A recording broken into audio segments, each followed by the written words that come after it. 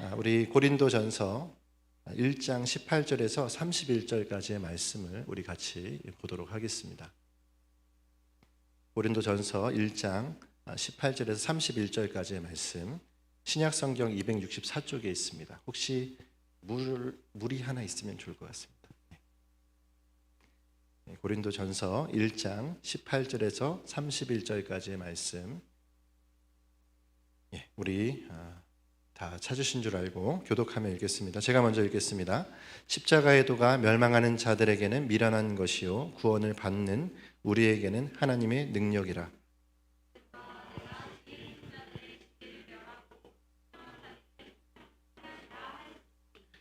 지혜 있는 자가 어디 있느냐? 선비가 어디 있느냐? 이 세대에 변론가가 어디 있느냐? 하나님께서 이 세상의 지혜를 미련하게 하신 것이 아니냐?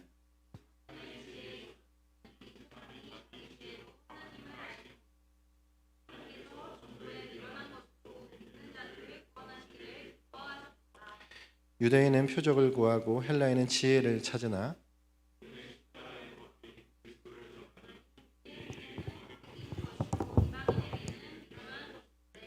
오직 부르심을 받은 자들에게는 유대인에게나 헬라인에게나 그리스도는 하나님의 능력이요 하나님의 지혜니라.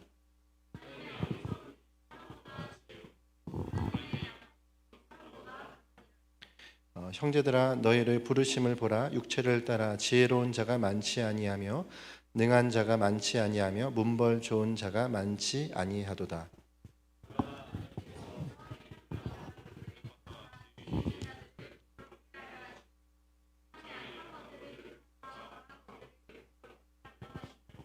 하나님께서 세상의 천한 것들과 멸시받는 것들과 없는 것들을 택하사 있는 것들을 폐하려 하시나니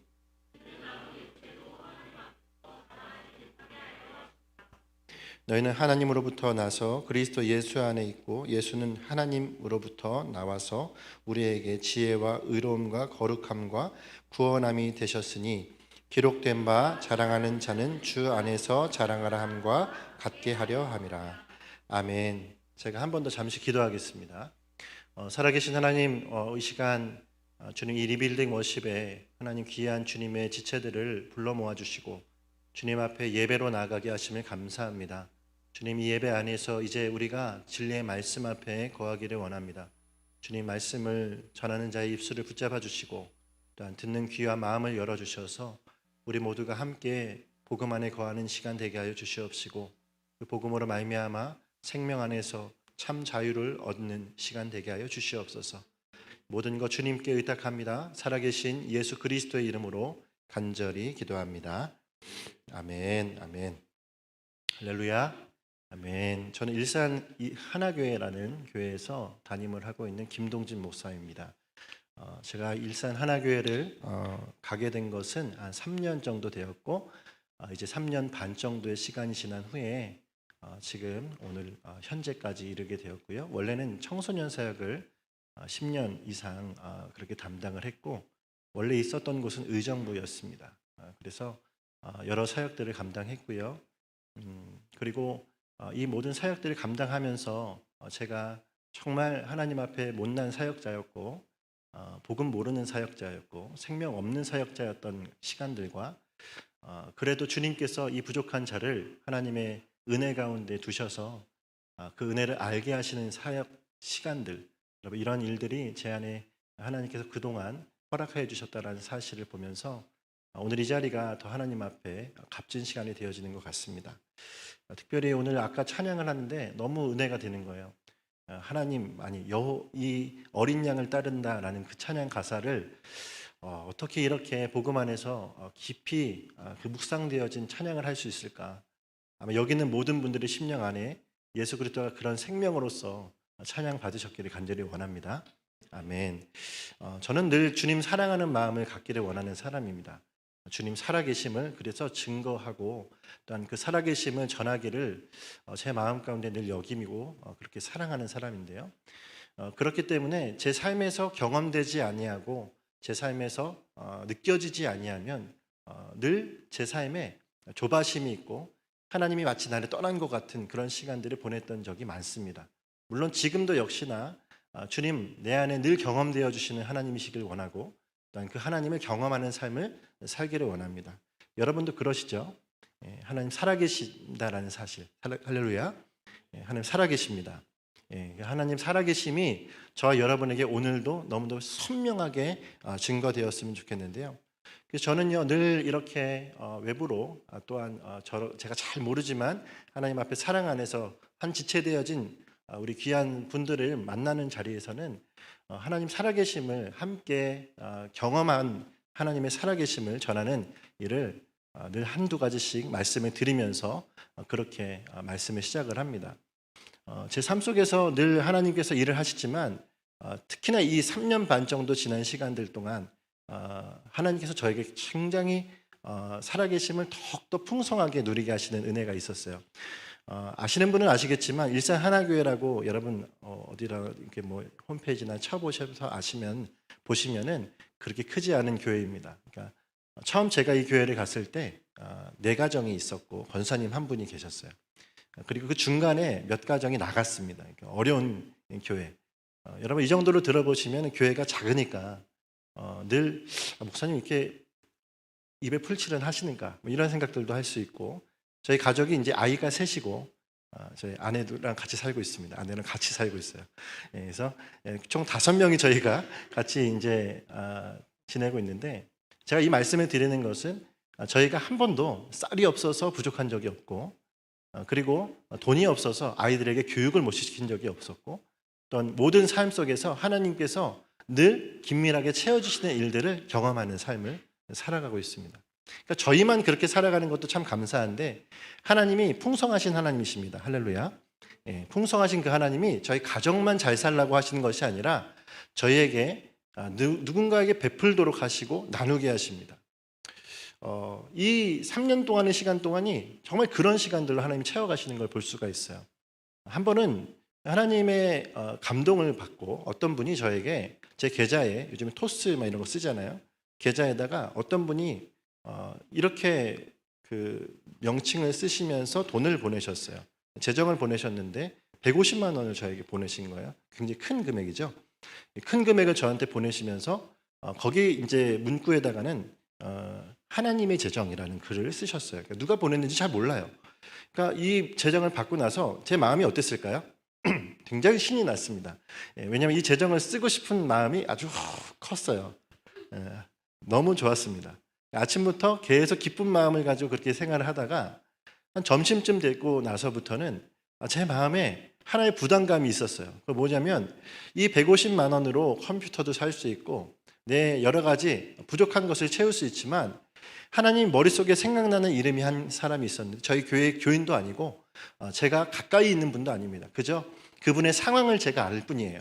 근데 그분의 상황이 어떤 상황이냐면 정말로 안타깝게도 정말 열심히 주님 앞에 살아보겠다라고 하다가 남편도 열심히 하나님 앞에 살아보겠다고 하다가 여러분 일이 잘 안 될 때는 정말 안 되잖아요. 맞죠? 안 되고 안 되다 못해 남편이 교도소까지 가버렸어요. 그분의 죄 때문에 간 것이 아니라 그분이 교도소로 가지 않으면 안 될 정도의 어려움이 닥쳤습니다. 그래서 이분이 교도소로 가게 되고 근데 여자분이 이 집사님 혼자서 가족을 이끌어 가기에는 가족의 여러 가지 상황이 녹록치가 않은 거예요. 근데 거기에 위기가 하나가 이제 세워졌는데 그 위기가 무엇이냐면 이제 여기가 임대 아파트 같은 이런 주택에서 사는데 170만 원의 재정이 필요했던 거예요. 이것이 없으면 당장에 내일 모레 나가야 되는 상황인 겁니다. 그래서 그 기도의 제목을 저에게 보낸 것이 이전까지는 기억이 나지 않았다가 갑자기 150만 원을 받은 그 오후에 갑자기 제 마음 가운데 감동으로 주시는 거예요. 여러분 그런 마음속에 이걸 가지고 이제 어떻게 해야 될까 막 고민이 되잖아요. 근데 제 마음속에는 참 죄인이에요. 할렐루야. 죄인인 제가 이 재정을 어떻게 해야 될까를 고민하다가 한편으로는 어때요? 제발 이 생각이 지금 사라졌으면 하고 다른 생각으로 막 가려고 하는 거예요. 근데 하나님 얼마나 신실하신지 몰라요. 저만 그런 마음을 가진 것이 아니라 저희 아내에게도 같은 마음을 주십니다. 저희 아내가 저하고 같이 대화를 잠시 나누는데 저희 아내가 그렇게 얘기하는 거예요. 이 150만 원은 우리가 쓸 재정이 아닌 것 같다는 거예요. 그래서 제가 그러면 이 150만 원과 함께 그분을 좀 도와줬으면 좋겠다. 그분에게 전달했으면 좋겠다. 소위 플로잉을 하면 좋겠구나. 이 생각을 가지고 이 계좌를 열어봤습니다. 계좌를 열어봤더니 거기에 딱 170만 원이 들어있는 거예요. 20만 원이 저희 재정 안에 있었고 150만 원이 들어왔습니다. 이 170만 원을 고스란히 그분에게 전달을 해드렸어요. 할렐루야. 잘했죠? 정말 잘했다고 저기도 생각했습니다. 얼마나 신실하신 하나님께서 이 재정을 그렇게 가게 하셨는지. 근데 너무도 감사한 건 뭐냐요? 재정이 가고 저희는 영원히 됐지만 그 영혼은 영원이 아닌 거예요. 하나님은 얼마든지 채우시는 하나님이시기 때문에 저희에게 쌀이 부족하지 않게 하시고 저에게 더 많은 것으로 채워주시는 은혜가 있었습니다. 한 번은 저희 교회에 한 독거 노인이라고 하는 게 맞을 것 같아요. 나이 많으신 한 아주머니가 길을 지나다가 교회 간판을 보시고 참 신기해서 들어오셨대요. 왜 신기했는지 잘 모르겠어요. 근데 들어오셔가지고 그 주일부터 예배를 같이 드리시는데 그분께서 저에게 같이 예배 드리면서 교제하고 신방하고 하는 가운데 이렇게 얘기하시는 거예요. 집에 제습기가 하나 있으면 좋겠다. 이렇게 얘기를 하셨어요. 제습기가.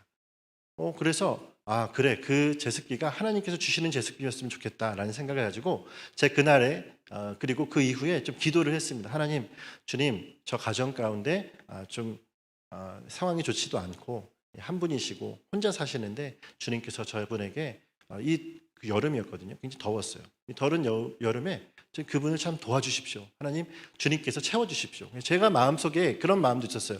저에게 재정을 주시면 제가 그분에게 사서 드리겠습니다. 그런 마음까지 있었습니다. 자, 근데 그리고서 며칠이 지나고 나서 저에게 한 통의 전화가 왔는데 제가 아까도 말씀드렸듯이 청소년 사역을 의정부에서 했다고 얘기 드렸잖아요. 의정부에서 사역할 때 청소년들과만 대부분 서로 이렇게 교제를 하지 어른들을 잘 만나지 않잖아요. 우리 최두영 전도사님이 청소년 사역을 하시나요? 예, 어린이 사역을 하시고 이제 이런 사역들을 만약에 잘 모르겠습니다. 죄송합니다. 괜히 말을 꺼냈네요. 예, 제가 모름이 탄로가 났어요.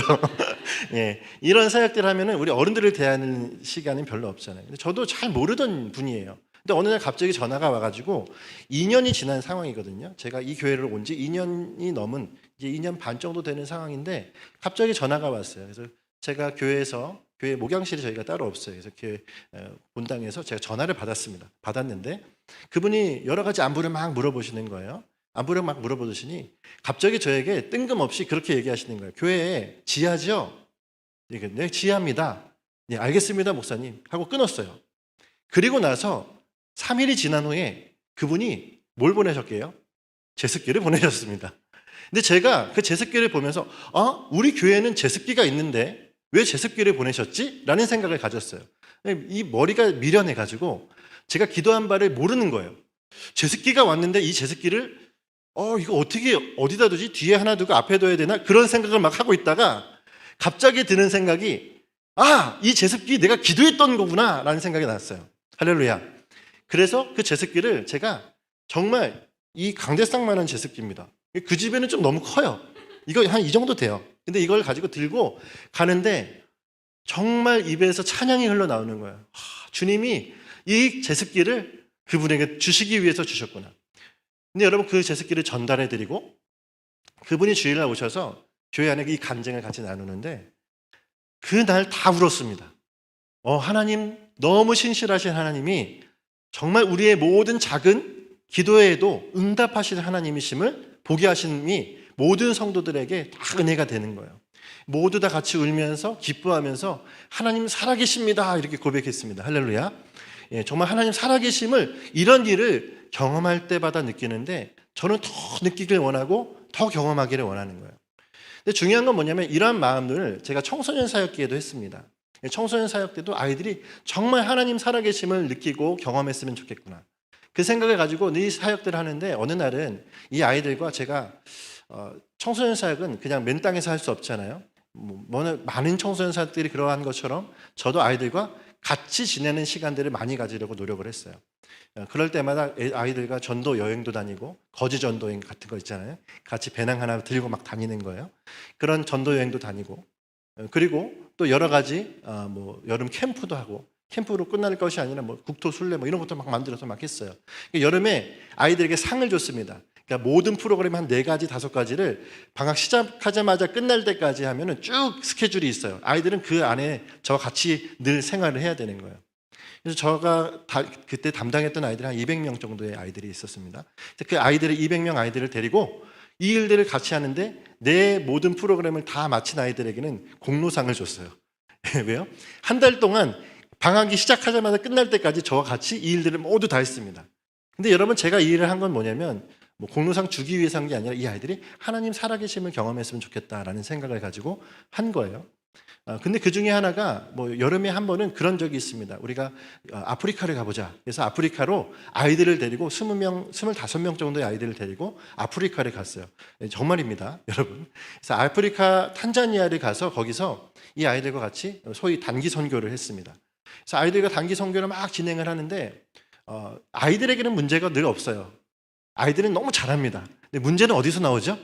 스텝이 문제예요, 스텝. 아니면 제가 문제든가요. 근데 여러분, 거기서 어떤 문제가 생겼냐면 해외에 나가서 가장 큰 문제는 뭐죠? 예? 예? 예. 여권이죠, 여권. 여권이 없어지면 안 됩니다. 여권이 사라지면 그때부터 이 사람은 거기 남으셔야 돼요. 예, 여권이 사라졌다는 얘기를 하려는 거죠. 누가요? 학생들은 괜찮습니다. 얘네는 아주 안전해요. 너무 잘하고 있어요. 스텝의 여권이 사라진 거예요. 스텝의 여권이 사라지니까, 근데 스텝이 여자 나이 드신 집사님이셨어요. 근데 그 집사님이 아들 둘이를 또 데리고 왔거든요. 그날부터 이 아이들이 엄마 같이 못 간다고 초상집인 겁니다. 막 우는데 이 청소년들이 이렇게 울 수도 있는가? 청소년들이 잘 안 울잖아요. 근데 얘네가 엄마랑 같이 못 간다고, 돌아 못 간다고 막 우는 거예요. 그때부터 막 이 팀 안에서 이 여건을 어떻게 할 것인가 막 걱정이고, 저는 그때 부교육자였거든요. 부교육자는요, 이런 일이 터지면 가장 마음이 힘듭니다. 왜 그렇죠? 이거 어떻게 보고하지? 어떻게 담임 목사님한테 얘기하지? 이거예요. 그때부터 생각나는 게 계속 담임 목사님한테 어떻게 보고해야지 내가 좀 덜 혼날까? 예, 이 노예 근성. 할렐루야. 예, 그것 때문에 제가 담임 목사님이 된 건 아니에요. 네. 예, 근데 어쨌든 그러면서 저도 피가 마르고 거기 있던 분들도 다 피가 마르는 상황이었어요. 근데 거기 있던 선교사님이 저희를 거기 이제 아프리카에 그 한 족속이 있어요. 거기 족속으로 저희가 같이 가서 이제 워십도 하고 이제 하는 와중에 버스에서 그분이 저에게 얘기하는 거예요. 저희 상황을 다 아십니다. 근데 그분이 저에게 얘기하시는 게 우리 감사기도 드립시다 이렇게 얘기하시더라고요. 자, 여기서 감사할 수 있는 사람이 아무도 없었어요. 여건 없어졌지? 저도 막 마음이 타들어가지? 아이들도 그렇지? 다들 분위기가 완전 다운되었습니다. 근데 이분이 갑자기 저에게 뭐라고 얘기하시냐면 감사합시다. 감사기도 합시다. 얘기하시는 거예요. 그냥 마음속에 막 그런 분이 나오는 거죠. 어떻게 이 상황에 감사를 얘기하냐? 어떻게 감사가 나오냐? 여러분, 그만큼 제가 나약한 사람이죠. 근데 여러분, 이런 상황에 그래도 쥐어짜서 감사합니다 주님 하고 기도를 했어요. 근데 놀랍게도 제가 이 얘기를 하는 이유가 있겠죠. 그 여권 찾았습니다. 어디서 찾았을까요? 저희가 있던 곳이 신기다라는 지역이었어요. 근데 이 여건이 떨어진 곳은 흑인들이 사는 지역입니다. 저희가 흑인들에게 교회에 가서 주일날 사역을 하기 위해서 거기서 한 300km 떨어진 곳으로 비포장도로로 달려가서 사역을 하고, 거기에는 내륙에 있는 호수에서 같이 잠깐 호수를 보고 왔는데 호수에 그게 떨어진 거예요. 호수에 떨어진 그 여건을 그럼 어떻게 찾을까요? 찾을 수가 없잖아요. 근데 그 호수에 떨어진 여건을 거기 있던 새가 물어가거나 바람에 날려서 바다에 그냥 빠지면, 그 호수에 빠지면 끝나는 건데, 이걸 마침 흑인 아이가 들고 갔습니다. 그 들고 간 흑인 아이가 그걸 자기 집에 고이 모셔놓고 이걸 자랑을 한 거예요, 애들한테. 왜냐면 흑인들은 여건이 생기면 팔면 돈이에요. 그렇기 때문에 여건을 거기다 고이 모셔놓고 아이들에게 자랑을 합니다. 나 여건을 주셨는데 한국 여건을 주셨다. 그때부터 뭐 하는 거죠? 자랑을 했는데 이 자랑이 그 마을 동네 사람들한테 퍼진 거예요. 그 마을에 있던 목사님도 얘가 여건이 있다는 사실을 알았는데, 놀랍게도 우리 편에서 여건 잃어버렸다는 얘기를 하니까 선교사님이 모든 자기들 아는 연락망에 연락을 하셔서 여건을 찾을 수 있는 방도가 있는지 타진을 해보신 거예요. 그랬더니 나중에 알고 보니까 거기에 여건이 떨어진 걸 알고 다시 역으로 목사님이 그 집을 찾아가서 그 아이에게 여건을 구입을 하셨어요. 그냥 안 줍니다. 여건을 구입을 하셔가지고 이걸 다시 차에 태워서 저희 있는 베이스로 가지고 와서 다시 찾았습니다. 아이들이 어땠을까요? 주님이 하셨습니다. 막 그러는 거예요. 하나님 살아계십니다. 막 그러는 거예요. 여러분, 놀랍게도 여권을 다 찾아서 다시 돌아와서 이 일이 나중에 이 아이들의 간증이 됐습니다. 야, 우리가 여권 잃어버렸는데 300km 넘는 곳에 있었고 이거 다시 찾아서 하나님 우리에게 찾아주셨어. 애들이 막 자랑하고 다니는 거죠. 이런 일이 그냥 이 한 일이 아니라 매년마다 나가는 때마다 하나님께서 저에게 주시는 간증들이었어요. 중요한 건 여러분, 이렇게 간증하는 일들, 하나님 살아계심을 경험하는 일들이 저에게도 굉장히 사랑이 너무 귀하고 이 가치 있는 아이들에게도 너무 귀한 일인데, 놀랍게도 제가 이 얘기를 하려고 하는 거예요. 이 아이들이 그럼 제가 10년 정도를 청소년 사역을 했거든요. 10년 동안 제가 졸업시킨 아이들만 한 400명 정도가 돼요. 자, 그러면 우리가 수학을 잘 하잖아요. 400명의 아이들이 지금 다 어디 있어야 될까요? 청년부에 있어야 되잖아요. 군대 갔다 와고 결혼을 해도 다 결혼 안 하잖아요, 요즘에. 그렇죠? 이 아이들이 400명이 고스란히 거기 딱 있어야 되는데 늘 청년부의 인원은 그렇지 않다는 사실이에요. 얘네가 다 어디 갈까? 그러니까 저는요, 사역을 하면서 가장 큰 딜레마가 뭐냐면, 제가 하나님의 살아계심을 경험했고 아이들에게 경험을 시켜줬다라고도 생각을 해요. 제가 경험시켜준 건 아니죠. 주님이 경험되셨죠. 할렐루야. 근데 여러분, 그 경험되신 하나님을 아는 자들이 여러분 이제 이 시기를 지나고 청년이 되었을 때 왜 그들은 교회에 있지 않고 다른 곳으로 나가 떨어져 있는가? 제가 보면은 이 아이들이 요즘에 인스타를 해요. 인스타에 뭘 올려요? 주님을 찬양하는 사진을 올리지 않고 다른 주님을 올립니다. 주님과 함께 있는 모습을 올려요. 그럼 여러분, 이걸 가지고 제가 어떤 마음이 들까요? 나는 도대체 뭘 얘들한테 전했길래 이 아이들이 지금 이 지경에 이르렀을까를 고민을 하게 되는 거죠. 여러분, 그 고민을 계속 하다가 나는 무엇이 문제였을까를 제가 계속 제 사역 가운데서 찾아보았습니다. 하나님을 경험하게 하고 살아계심을 알려주고, 이 아이들이 오늘 아까 했던 찬양처럼 나는 하나님을 의지하겠다라고 살아가겠다라고 그렇게 고백하는 아이들이었는데, 왜 갑자기 지금은 그 고백들을 떠나보내고 자신이 있던 자리에서 그 누추한 자리에 앉아 있을까요? 그것은 제 문제였습니다. 어떤 문제였을까요? 제가 한번 좀 따라해서 본질을 전하지 않았습니다. 이 아이들에게 변하지 않는 하나가 있었어요. 여러분, 하나님을 경험했고 살아계십니다라고 인정은 하는데, 인정은 해요. 근데 이 아이들에게 존재가 바뀌지 않는 거예요.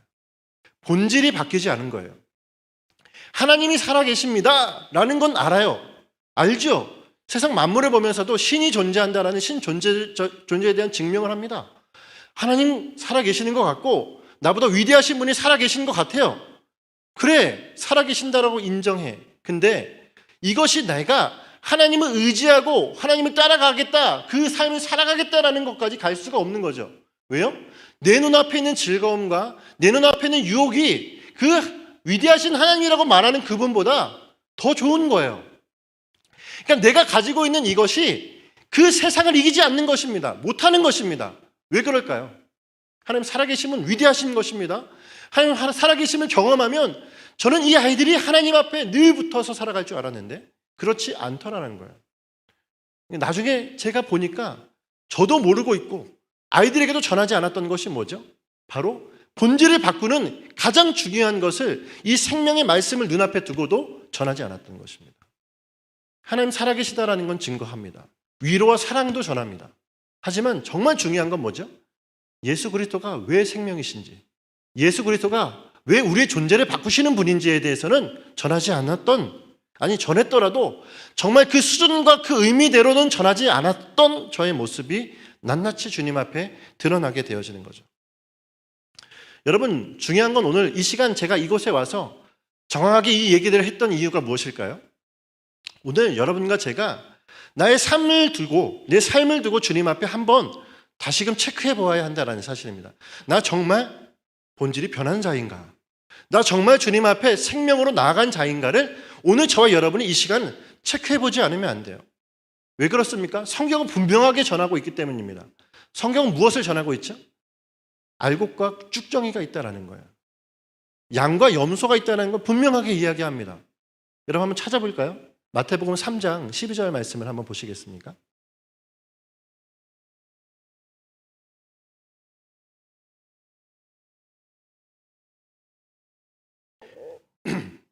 예, 마태복음 3장 12절 말씀 여러분 찾으셨으면 같이 한번 크게 읽겠습니다. 시작.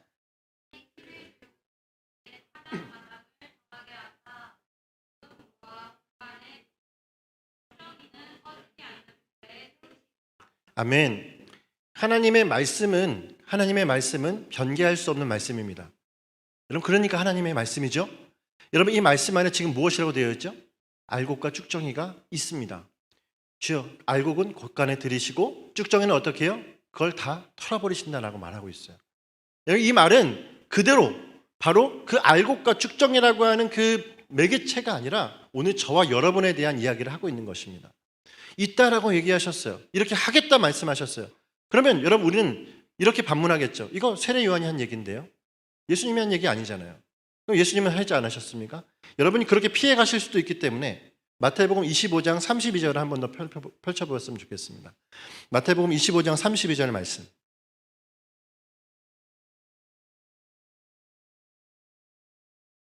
네, 마태복음 25장 32절 한 번 더 같이 읽어볼까요? 시작.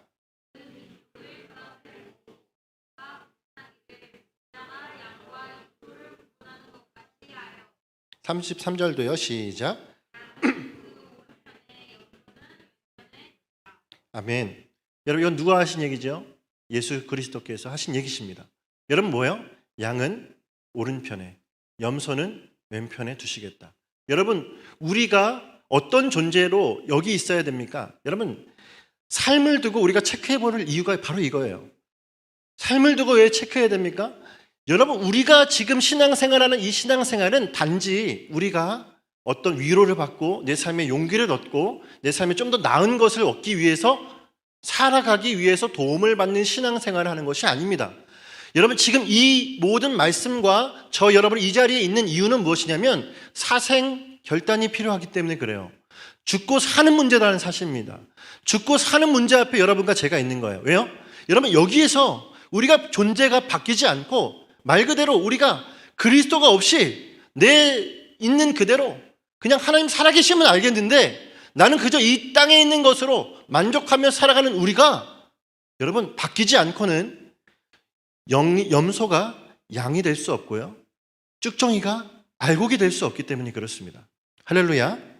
그러므로 여러분, 오늘 대충 알고는 대충 살아서는 안 돼요.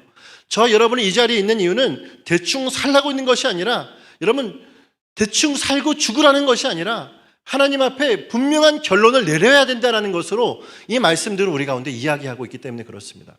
여러분, 중요한 건 이제 그러면 오늘 우리가 읽은 이 말씀이 우리 가운데 무엇을 제공해주고 우리 가운데 무엇을 소개하고 있느냐라는 거예요. 저 여러분이 어떤 것을 붙들어야 되는지를 분명하게 이 말씀은 소개시켜주고 있습니다.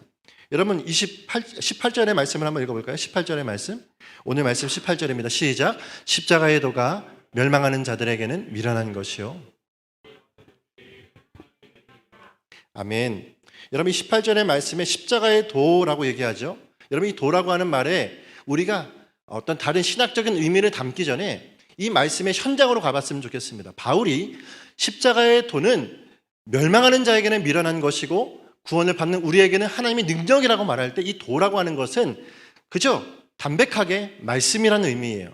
그러니까 하나님의 말씀, 십자가의 말씀이라는 뜻입니다.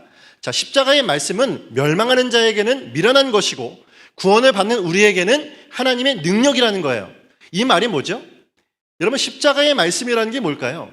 그저 다른 신학적인 의미를 다 제외하고 나서도 십자가의 말씀은 단 하나를 얘기합니다. 예수 그리스도의 십자가의 사건을 얘기하는 거예요.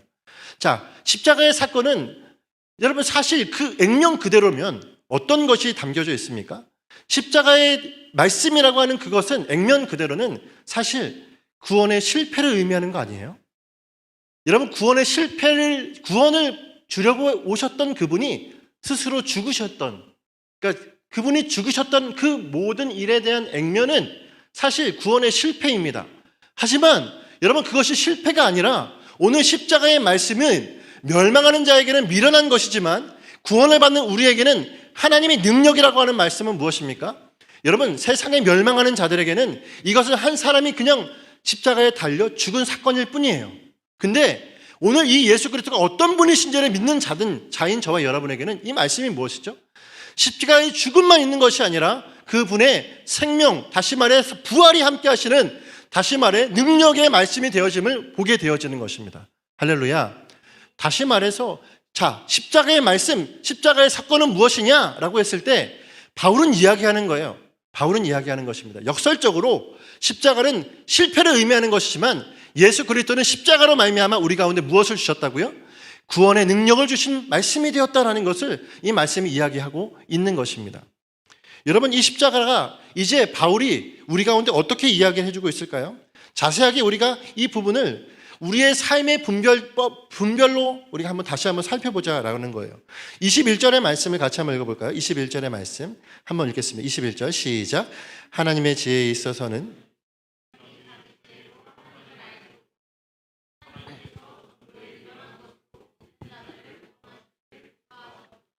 아멘. 여러분 21절의 말씀, 여러분 이 말씀에서 사람의 지혜로라고 얘기하죠.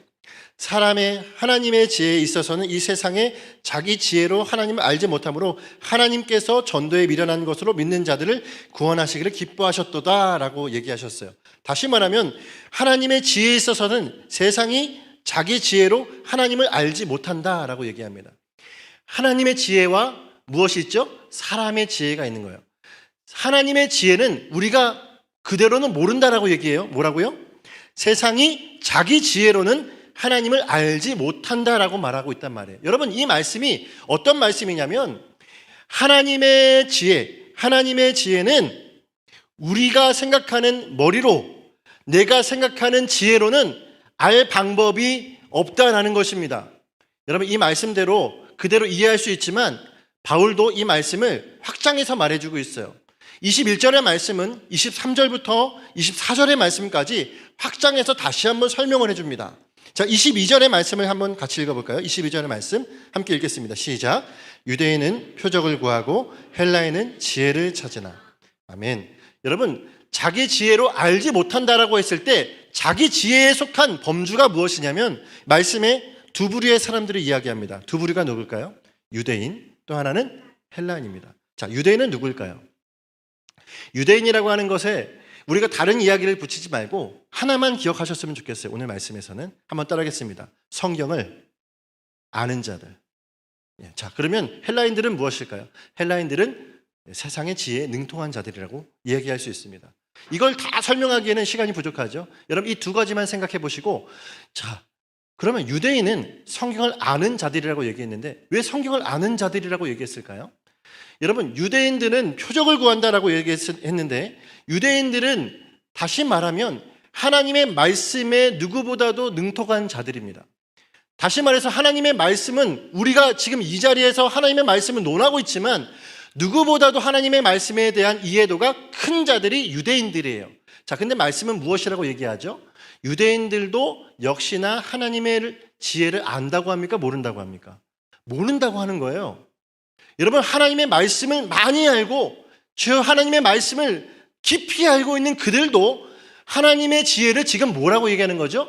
모른다라고 지금 말하고 있는 거예요. 여러분, 우리는 잘 이해하죠. 헬라인들은 당연히 하나님의 지혜에 대해서 모를 거라고 얘기해요. 하지만 여러분, 이 말씀에 뭐라고 얘기합니까? 유대인들도 표적은 구하지만 하나님의 지혜를 다 알지 못한다라고 얘기하는 겁니다. 여러분, 이것이 오늘 저와 여러분에게 어떤 의미일까요? 오늘 이 자리에 앉아 있더라도 저 여러분이 다 알고 길 수 없다라는 얘기예요. 오늘 이 자리에 다 앉아서 하나님의 말씀을 많이 외우고 있는 한 사람도 여러분, 그 사람이 하나님의 구원받은 사람이라고 그 사람을 단정 지을 수 없다라는 사실입니다. 왜 그럴까요? 지식의 많음, 말씀을 많이 아는 것이 우리를 구원으로 인도하는 것이 아니기 때문입니다. 여러분, 조심해서 들으십시오.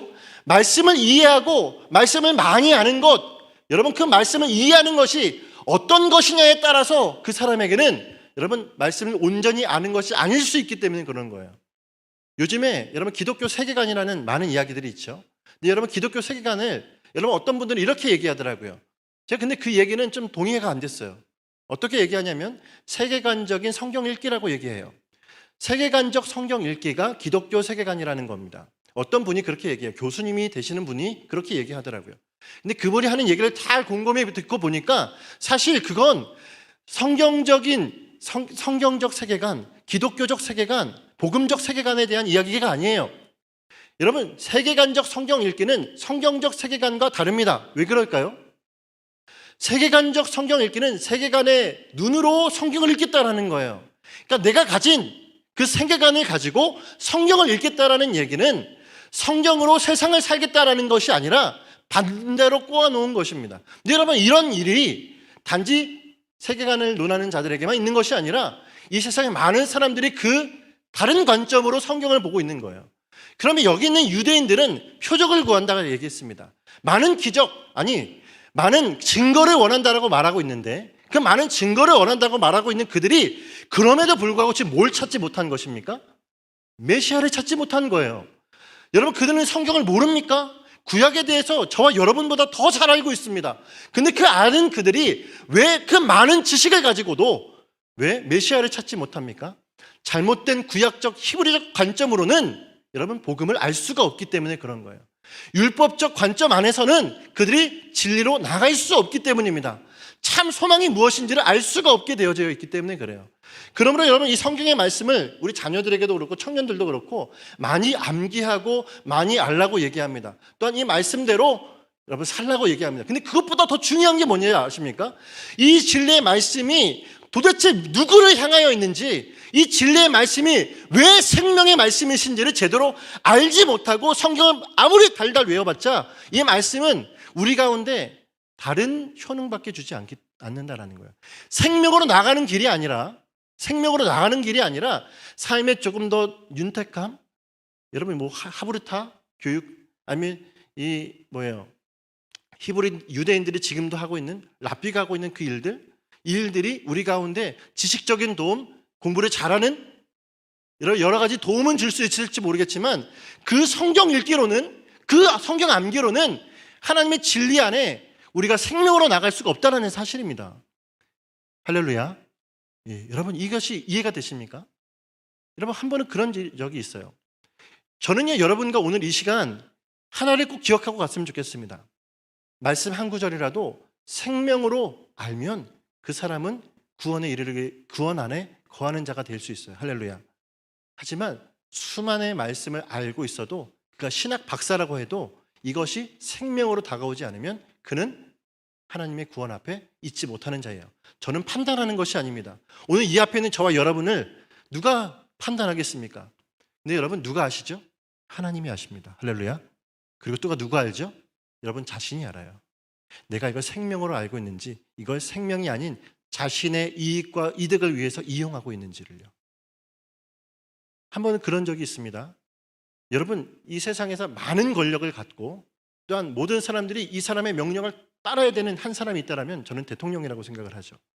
여러분, 대통령 중에 한 분이 어느 날 대통령이 되기 전에 그분이 그래도 교회가 궁금하여서 한 번은 교회를 가보셨다고 얘기해요.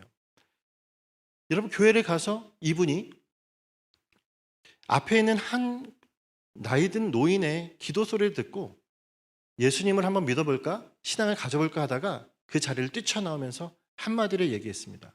그 얘기는 무엇인지 아십니까? 나는 저 노인을 죄인 취급하고 죄인으로 만드는 이 교회를 다닐 수 없다라는 게 그분의 결론이었어요. 그리고 그분은 교회를 다니지 않았다고 얘기합니다. 여러분, 이분이 그 노인에게서 들은 한마디 때문에 그런 것인데요, 그 노인이 앞에서 기도를 하고 있었는데 기도하면서 무슨 얘기를 했을까요? 나는 죄인입니다. 나는 죄인입니다 라고 얘기한 거예요. 나는 죄인입니다. 나는 죄인입니다 라고 얘기하는 그 앞에서 기도하고 있었던 그분은 자신의 죄된 본성과 자신의 연약함을 두고 하나님 앞에 기도를 하고 있었던 건데, 여러분, 세상의 권력과 세상의 모든 능력을 다 가질 수 있는 그 한 사람이 여러분 그 한 노인의 기도를 듣고 지레짐작하여 나가 떨어진 거예요. 뭐라고요? 뭐라고 얘기했다고요? 나는 저 노인을 죄인 취급하고 죄인으로 만드는 이 집단과 함께 할 수 없다. 여러분, 무엇을 얘기하는지 아십니까? 여러분, 까막눈 할머니도요, 예수 그리스도가 생명이라는 사실, 주는 그리스도시요 살아계신 하나님의 아들이십니다, 아니면 요한복음 3장 16절 같은 이 말씀 하나라도 정말 생명으로 붙들고 있다면 여러분, 그분은 주님 앞에 생명으로 나간 자일 수 있어요. 할렐루야. 하지만 여러분 정말 모든 것을 다 알고 모든 지식에 통달한 사람이라고 해도 정말 주님 앞에 왜 이 사람이 나와 있는지, 내가 왜 주님 앞에 그러한 존재로 나와야 되는지를 모르고 있다라면 여러분 그는 생명으로 나갈 수 없다라는 사실입니다. 오늘 그러므로 오늘 이 말씀에 유대인은 표적을 구하고 헬라인은 지혜를 찾으나 라고 얘기하는 거예요. 이들이 세상의 지혜로 능통하여서 헬라 철학 가운데 수많은 지혜 가운데로 살아있을지라도 이들이 예수 그리스도의 십자가를 보면서 나아갈 수 없다면 그들은 생명이 없는 자예요. 유대인들도 마찬가지입니다. 이 말씀 달달 외우고 있어도 여러분 그들이 생명으로 달려갈 수 없다면 그들은 생명 없는 자라는 사실을 보여주고 있는 거예요. 그러면 여러분 23절과 24절의 말씀은 우리 가운데 이 생명의 말씀이 무엇인지를 정확하게 이야기해 주고 있습니다. 23절과 24절의 말씀을 한번 붙들어 볼까요? 시작. 우리는 십자가에 못 박힌 그리스도를 전하니 유대인에게는 거리끼는 것이요 이방인에게는 미련한 것이로되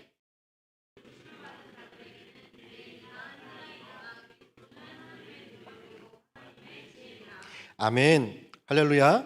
여러분 우리는 십자가에 못 박힌 그리스도를 전한다라고 얘기합니다. 여러분 십자가에 못 박힌 그리스도를 전하는 여러분 그에게 여러분 이 유대인과 헬라인 이방인에게는 없는 것이 있습니다. 유대인에게는 거리끼는 것이고 이방인에게는 미련한 것이고 세상은 따라가기 원치 않는 그 길이 우리에게는 무엇으로 여겨지는 것입니까?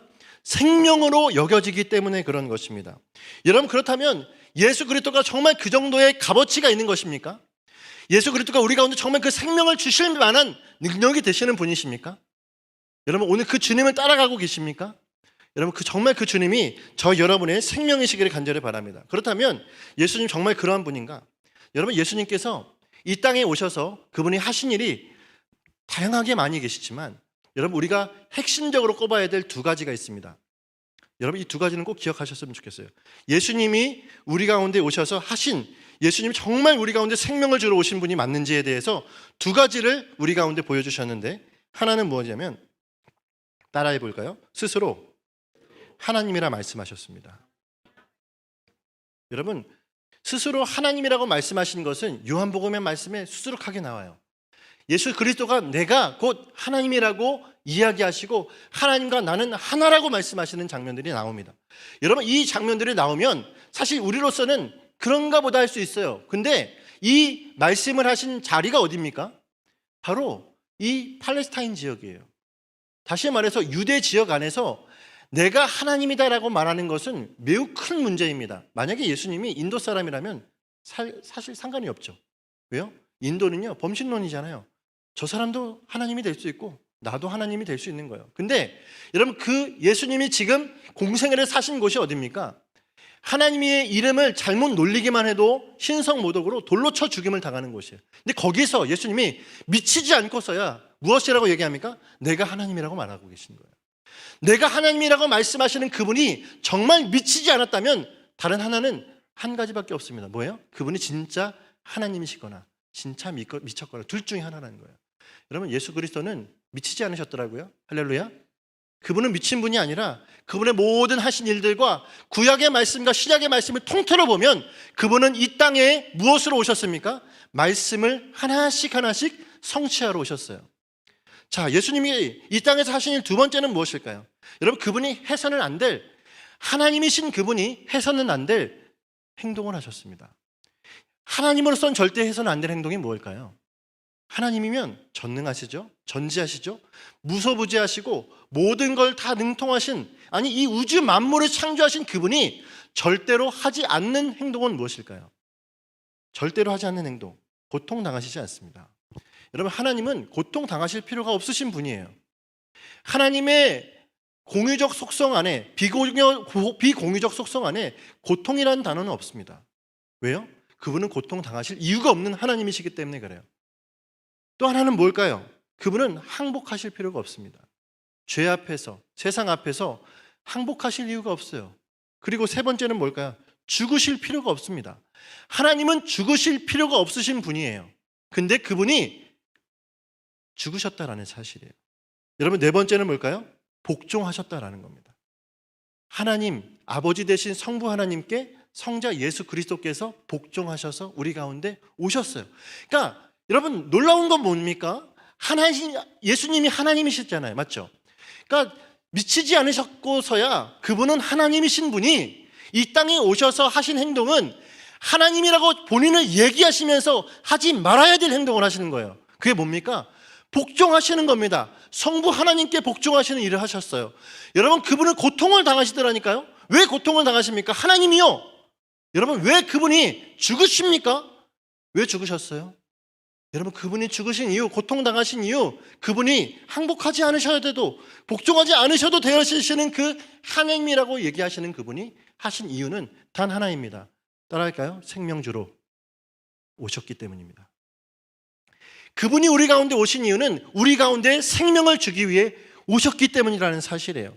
다시 말해, 그분은 우리 가운데 조금 전에 말했던 하나님의 살아계심, 아니면 하나님을 많이 경험시켜줘서 그분이 하나님 앞에, 우리가 하나님 앞에 조금 더 나아가는 것을 원하는 것이 아니라 우리의 모든 존재를 바꾸셔서 우리가 그분과 함께 살아갈 수 있는 자가 되게 하시다라는 사실이에요. 여러분, 정확하게 하시길 바랍니다. 우리가 우리의 힘으로, 여러분과 저의 힘으로 조금 주님을 알았다, 내가 조금 주님을 경험했다라는 것이 하나님과 함께 영원히 살아갈 수 있는 것이 될 수가 없어요. 왜요? 죄 많은 저와 여러분은 주님 앞에 다가설 수 없는 자이기 때문입니다. 순도 100%가 되어서야 우리는 하나님과 함께 할 수 있어요. 왜요? 그분의 속성이 그러하십니다. 근데 저와 여러분이 주님 앞에 나갈 수 없는 저와 여러분이라는 사실이에요. 그러니 제가 얼마나 아이들에게 잘못된 것을 전했겠습니까? 그분에게 하나님 정도 경험시켜주고, 그분이 하나님 살아계심을 좀 알려주고, 기적적인 하나님의 사건들을 좀 많이 보여주면 이들이 평생토록 하나님을 주로 모실 거라고 생각하는 저의 이 착각이 저 스스로를 착각하고 그들을 착각하게 해서 나중에는 그 안에 밑구덕을 봤더니 그 안에 무엇이 있었는지 아십니까? 제 바벨탑을 쌓고 있었던 거죠. 사역을 많이 하고 열심히 하고 사람들에게 인정받아서 좀 무엇이라도 돼보고 싶었던 나의 모습. 여러분, 이런 모습이 가득 찬 나의 사역 현장, 그런 사역자들, 그런 사역의 모습 앞에 저 역시도 다르지 않게 그 자리에 있었더라니까요. 근데 여러분, 그 자리에 있었더니 무엇이 없습니까? 복음이 없는 거예요. 생명이 없는 겁니다. 정말 생명이 전하면 사람들이 많이 모일 것 같습니까? 여러분, 복음 집회 이 안에 정말 복음이 전파되면 정말 수없는 사람들이 이 자리에 모여야 되잖아요. 아이러니하게도 역설적이게도 여러분, 복음이 전파되고 선포되고 생명이 전파되면 거기에 생명을 받아들이지 않는 자는 붙어 있을 수가 없어요. 여러분, 이 200명의 아이들과 제가 얼마나 열심히 노력하고 열심히 얼마나 생명 다해 예배했는지 몰라요. 근데 생명이 아닌 것을 가지고 생명 다해 예배했더니 풍요로워졌어요. 근데 생명을 붙들고 생명 다해 예배하자고 했더니 다 흩어지는 거예요. 그때 교사가 40명이었어요. 40명의 교사들과 같이 열심히 뛰었습니다. 어떤 교사는 7년, 8년을 저와 함께 했어요. 리더들, 스텝으로. 여러분, 10년을 지냈더니 유년부 아이가 나중엔 청년부가 돼서 교사를 하더라니까요. 얼마나 아름답습니까? 여러분, 근데 그 아이가 복음으로 같이 생명 다해서 나가보자 했더니 목사님, 저 사퇴하겠습니다. 같이 안 하겠습니다. 40명의 교사 중에 2명 빼고 다 그만뒀어요. 여러분, 그 다음 년도 비상에 걸렸습니다.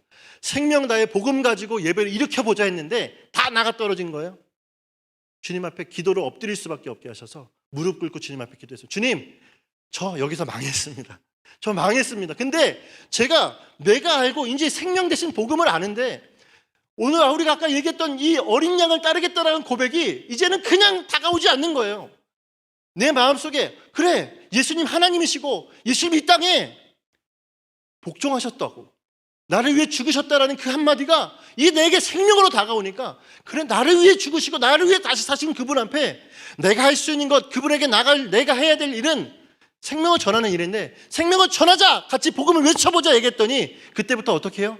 다 나가 떨어지는 거예요. 나는 망했습니다. 나 아무것도 할 수 없습니다. 그렇게 엎드려져 있는데, 주님께 엎드려져 있는데 저에게 손을 내미시는 두 분이 계시더라고요. 손을 내미시는 두 분. 우리 같이 복음을 전했으면 좋겠습니다. 저는 그분들을 기대하지도 않았고 그분들이 정말 복음 앞에 생명을 가지신 분인지도 몰랐어요. 나중에 보니까 그분이 입양까지 하셨더라고요. 예수님 생명 앞에 내가 무엇인가를 해봐야겠다고 생각을 하다가 그래, 내가 정말 잃어버린 영혼이라고 할 수 있는, 정말 실제적으로 이 부모도 없는 애 아이들 중에 그래도 한 2명 정도를 내가 입양을 해서 이들을 생명같이 키워야겠다. 얼마나 아름다운 삶을 사시는 두 분인지 몰라요. 그 부부가 우리에게 찾아오셔서 같이 사역했으면 좋겠습니다 얘기하시는 거예요. 그분과 함께 다시금 세웠어요. 놀랍게도 복음으로 함께 사역할 수 있는 현장이 펼쳐졌고, 나중에는 복음 수련회를 열어서 4박 5일, 5박 6일 동안 같이 복음을 선포하면서 같이 예배했습니다. 마지막 저의 교회에서의 사역이 그거였어요. 그러면서 같이 외치는데, 여러분 복음을 외치면 다 돌아올 것 같죠? 아니요. 4일 동안 듣지 않으려고 하고 귀를 막고 엎드려 자는데 뒤통수를 띠대려서 깨울 수 없잖아요. 할 수 없는 그 상황 속에서 이거 어떡하지 하다가 제가 나올 때 앞에 강단에 나와서 간곡하게 외치는 거예요. 제발 하나님 앞에 돌아가서 같이 말씀을 들어보자. 적어봐라. 잠자지 말고 이 안에 있는 생명으로 깨워보자. 그 아이들과 같이 마지막 순서가 뭔지 아십니까? 같이 우리의 이 실존을 다뤄보자. 그래서 우리가 그 안에서 복음 앞에 내 자신을 투영하여 내가 얼마나 실상으로 이러한 자인지, 그리고 나중에 내가 얼마나 이러한 자였음에도 내가 2000년 전에 이미 죽고 사시는 일들 가운데 생명으로 바뀌었다는 사실을 같이 한번 고백해보자. 이 시간을 가질 때 주님께서 그 전까지 절망이었던 모든 사역을 바꾸셔서 이 200명의 아이들이 다 오지 않았어요. 정말 제가 30명의 아이들 모으느라 정말 죽을 고생을 했습니다. 강단에서 제가 팬티만 입고 춤을 추려면 춤을 추겠다 그러면서, 근데 그걸 보기 싫어하시는 아이들이 30명이 모여가지고 저같이 그걸 한 거예요. 그 아이들과 같이 얘기를 하는데 마지막에 이 아이들 변화되지 않을 것 같은, 겨우 끌려 앉아있던 그 아이들이 생명 대신 복음 앞에 내가 얼마나 죄인지를 드러내더라고요. 내가 얼마나 죄인인지. 하지만 이 죄인인 내가 2000년 전에 십자가 앞에서 죽고 사시는 그 일들 앞에 내가 같이 죽었고 내가 같이 살았습니다 고백하는데, 같이 마라나타 찬양을 했어요. 여러분 마라나타 찬양 아시죠? 마라나타 주 예수여 어서 오시옵소서. 여러분 그 전까지 죽어있던 그 생명이 다시 소생하여서 같이 주님 앞에 손을 외치며 찬양하는데 놀라운 일이 일어납니다. 하나님이 이 일들 가운데 결국 하나님의 거룩한 뜻을 보이시며 함께 생명으로 나가자, 이 일들을 가능케 하셨어요. 할렐루야. 주님은 생명과 함께 일하시더라니까요. 제가 그 광경을 보면서 여러분 오늘 우리가 계시록의 말씀 한 구절을 봤으면 좋겠습니다. 오늘 이 자리 저와 여러분이 어떠한 자로 서야 되는지가 이 계시록 5장의 말씀에 잘 나타나 있는데요. 계시록 5장의 말씀 한번 보시겠어요? 여러분 아까도 제가 말씀드렸듯이 바울이 고린도 전서를 썼을 때 현장으로 다가갔던 것처럼, 여러분 계시록은 누가 썼을까요? 요한이 썼죠. 요한이 계시록을 기록하면서 하나님의 환상 중에서 보았던 그 현장으로 같이 한번 가봤으면 좋겠어요. 5장 1절과 2절의 말씀을 제가 읽고 3절을 여러 번 한번 읽어봤으면 좋겠습니다. 내가 보매 보좌에 앉으신 이의 오른손에 두루마리가 있으니 안팎으로 썩고 7인으로 봉하였더라. 또 보매 힘 있는 천사가 큰 음성으로 외치기를 누가 그 두루마리를 펴서 그 인을 떼기를 합당하냐 하나. 시작.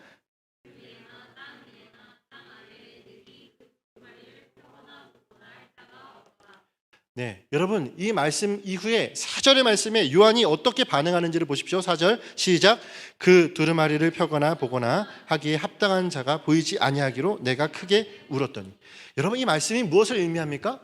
여러분 두루마리를 펴서 보아야 하는데 이걸 아무도 펼 자가 없는 거예요. 왜요? 이걸 펼기 위해서는 신적 권위가 있어야 하죠. 여러분 이 두루마리를 펴는 그 한 분이 여러분 진짜이기 때문입니다. 근데 요한이 아무리 주변을 살펴보고 이 환상 중에서 보아도 이 인을 떼서 두루마리를 펼 자가 보이지 않는 것입니다. 거기에 무엇이 이를 울게 했습니까? 절망이죠. 나도 펼 수 없고 누구도 펼 수 없는 이 상황에 이는 무엇을 봅니까? 사망을 보는 겁니다. 영원히 죽는 영 죽을 죄인. 여러분 이런 현장 가운데 4장 이후에 5절의 말씀에 놀라운 반전이 일어나잖아요. 함께 읽을까요? 시작. 장로 중에 한 사람이 내게 말하되 울지 말라. 유대 지파의 사자 다윗의 뿌리가 이기셨으니 그 두루마리와 그 인고민을 떼시리라 하시더라. 할렐루야. 여러분 말씀에 무엇이라고 되어 있습니까? 이미 이겼다라고 말하고 있습니다. 여러분 계시록을 볼 때 계시록은 천년왕국을 논쟁할 자리가 아니에요. 계시록을 읽으면서 신학적 논쟁으로 끝날 책이 아닙니다. 이 책을 보면서 저와 여러분이 무엇을 보아야 합니까? 요한이 여러분 그 현장에서 보았던 복음의 감격을 보아야 합니다. 여러분 6절의 말씀에 뭐라고 되어 있죠? 6절 시작. 내가 또 보니 보좌와 내 생물과 장로들 사이에 한 어린 양이 서 있는데 일찍이 죽음을 당한 것 같더라. 그때에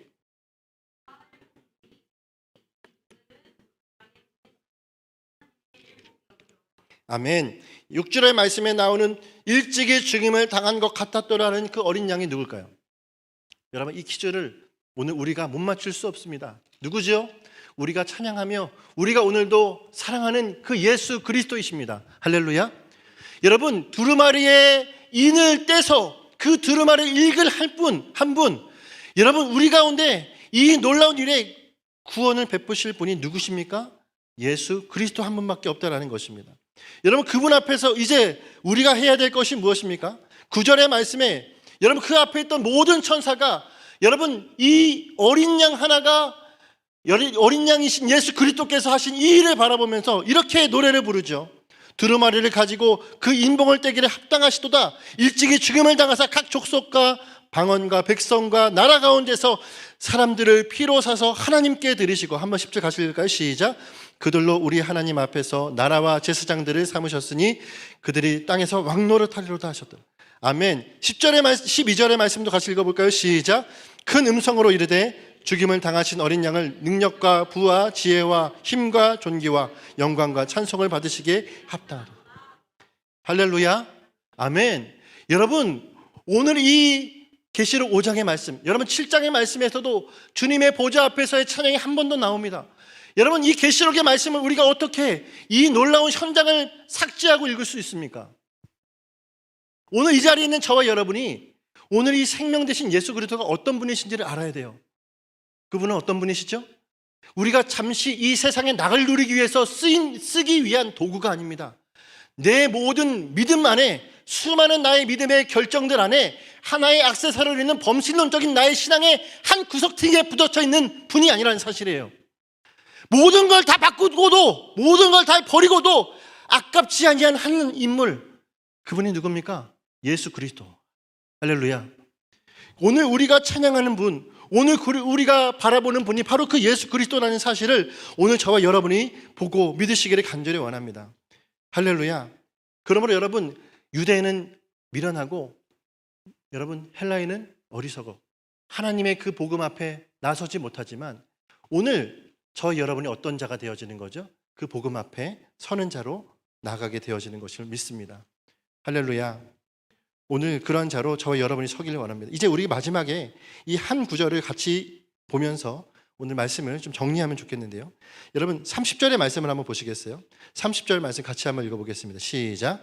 너희는 고린도전서 2장 30절입니다. 2장 30절 시작. 너희는 하나님으로부터 나서 그리스도 예수 안에 있고 예수는 하나님으로부터 나와서 우리에게 지혜와 의로움과 거룩함과 구원함이 되셨습니다. 아멘. 우리 한 번 더 읽어볼까요? 시작. 너희는 하나님으로부터 나서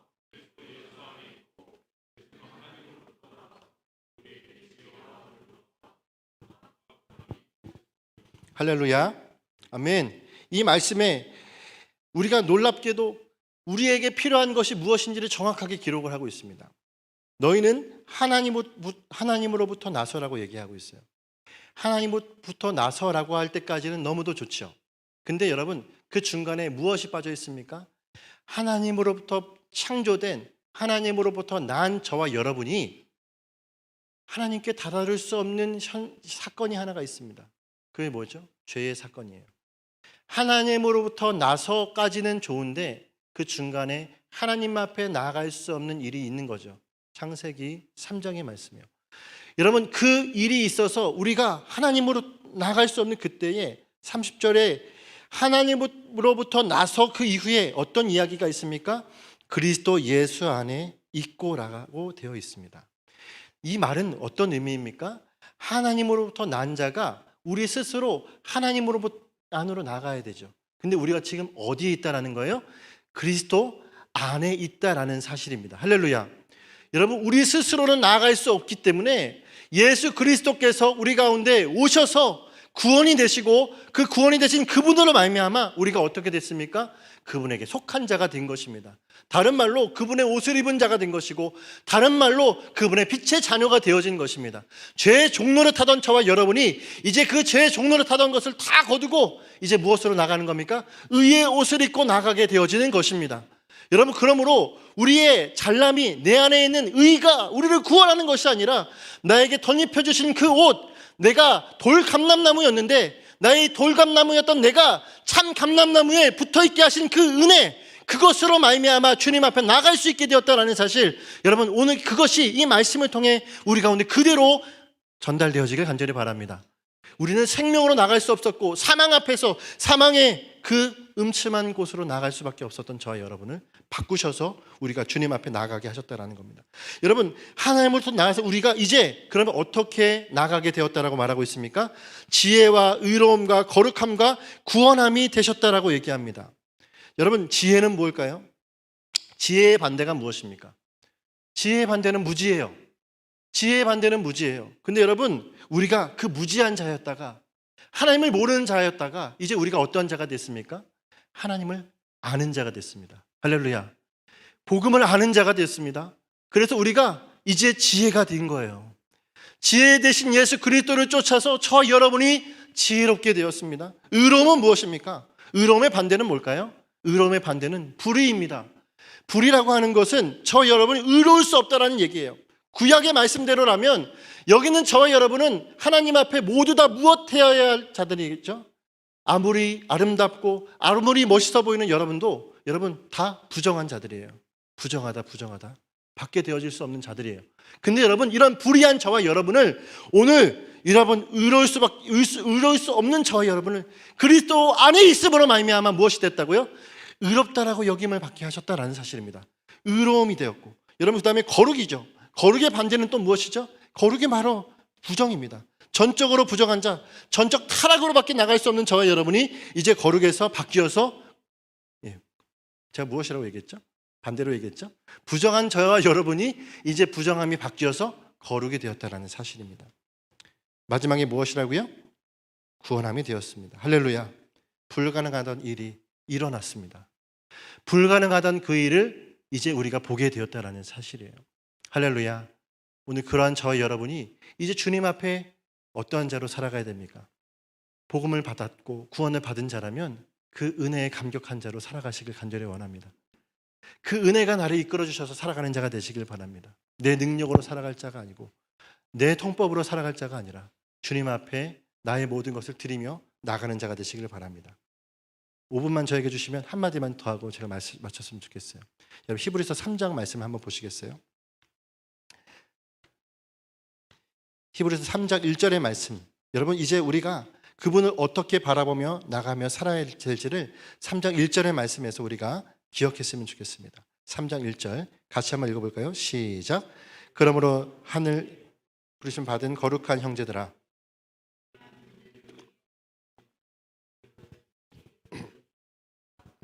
이제 함께 하늘의 부르심을 받은 거룩한 형제들아.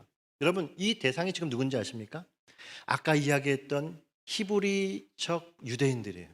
히브리서는 히브리인들에게 쓴 거예요. 히브리적 그리스도인들, 그들에게 얘기합니다. 이제 구원받은 자인 그들에게 얘기하는 거예요. 함께 하늘의 부르심을 받은 자들아. 근데 뭐라고 얘기하죠? 우리가 믿는 도리의 사도이시며 대제사장이신 예수 그리스도를 깊이 생각하라. 그리스도를 깊이 생각하며 살아가시는 저와 여러분이 되시길 바랍니다. 근데 여러분, 그 앞에 두 가지의 여러분 수식어가 붙어요. 하나는 뭐죠? 도리의 사도라는 겁니다. 예수님이 사도이십니까? 사도는 12사도밖에 없는 것으로 알고 있는데, 여러분 예수님에게 사도라는 단어를 왜 붙였을까요? 도리의 사도의 도리는 도가 아닙니다. 도리의 사도의 도리의 원어를 보면 그것은 고백이라는 뜻을 가지고 있어요. 다시 말해 신앙 고백입니다. 신앙 고백의 사도가 되시는 예수 그리스도. 여러분과 제가 오늘 이 자리에 있는 것은 모두 하나의 신앙 고백을 가지신 분들입니다. 예수 그리스도를 생명으로 알고 여기시는 분들이심을 믿습니다. 할렐루야. 다시 말해 도리의 사도이신 예수 그리스도를 깊이 생각하는 자는 그분에게 늘 고백하는 자이다라는 사실이에요. 고백의 사도, 사도의 원사도는 누구십니까? 예수님의 사도들은 예수님을 전하는 자죠. 예수님이 원사도이심을 믿으시길 바랍니다. 그분은 보냄을 받았기 때문에 사도이시죠. 보냄을 받은 거 누구에게요? 성부께 보냄을 받으신 첫 사도이신 예수 그리스도. 하지만 그분에게 다른 점은, 다른 사도는 그분을 전하는 자들이지만 예수님은요, 고백의 사도이신 주가 되시는 분이다라는 사실을 우리에게 이 말씀을 알려주고 계시다라는 거예요. 그리고 또 하나는 뭐죠? 대제사장이신 예수 그리스도이십니다. 대제사장이 맡은 것은 속죄입니다. 대속죄일에 모든 이 이스라엘 백성들을 한나로 모아서 함께 속죄의 제물로 이들을 속죄하는 일을 대제사장이 했습니다. 하지만 대제사장도 할 수 없는 일이 무엇인지 아십니까? 대제사장도 여러분, 염소와 송아지의 피가 없이는 그가 깨끗하게 할 수 없습니다. 근데 여러분, 스스로 이 속죄물이 되셔서, 그리고 대제사장의 중보적인 역할을 가지고 나가셔서 이 모든 일을 행하신, 다시 말하면 구원의 모든 이 속죄의 개념을 성취하신 분, 예수 그리스도, 그분을 지금 뭐 하라는 거죠? 깊이 생각하라는 것입니다. 우리의 신앙생활이 오늘도 유지되어야 되며, 오늘도 우리의 찬양이 찬양으로만 마치지 않냐고 말씀을 통해 계속적으로 다뤄져야 되는 이유가 뭔지 아십니까? 고백의 사도, 다시 한번 내 신앙의 고백의 사도가 되신 예수 그리스도를 깊이 생각하는 자로 오늘도 주님 앞에, 십자가 앞에 달려갈 저와 여러분이 되어야 하며, 또 하나는 무엇이죠? 여러분, 구약과 신약의 모든 말씀을 온전히 성취하셔서 그냥 대제사장이 아니라 큰 대제사장, 우주적인 성소 안에서 그 모든 일들을 단번에 해결하신 그분, 대제사장 예수 그리스도를 깊이 생각하여, 그렇지, 그분은 하찮은 분이 아니지, 그분은 이 땅에 작은 우리의 문제 해결, 소원 성취를 위해서 오신 분이 아니지, 그분은 우리의 모든 전 존재를 바꾸신 분이며 모든 것을 해결하시다 못해 우리를 이제 그분과 함께 살아가게 하신 놀라운 하나님이시다라는 그 사실 하나로 우리가 주님 앞에 달려붙어 살아가는 저와 여러분이 되시기를 간절히 바랍니다. 할렐루야. 예수를 깊이 생각하십시다. 그분으로 말미암아 살아가십시다. 오늘 이 복음 집회에 오신 여러분에게 예수 그리스도가 온전히 기억되어지고 그분 한 분만 바라보며 살아가는 은혜가 있기를 간절히 소망합니다. 예전에 아까 찬양 불렀던 찬양을 같이 좀 했으면 좋겠는데요. 어린 양을 따르자는 찬양이었어요. 제가 모르는 찬양인데, 예전엔 이런 찬양이 되게 그런 찬양들이었거든요. 그런 나는 가리라 주의 길을 가리라, 이 옛날 찬양들이에요, 이것들은. 근데 저는 그런 찬양들로 막 주님 앞에 은혜를 받고 막 눈물을 흘렸는데, 요즘엔 가사가 더 선명해진 것 같아요. 어린 양을 따르라는 그 찬양. 저는 이 찬양을 잘 몰라서 그런데 한번 누구 한 분께서 같이 좀 찬양을 좀 불러주시면은 이 찬양을 가지고 우리 한번 다시 주님 앞에 결단하며 기도하는 시간을 가졌으면 좋겠습니다.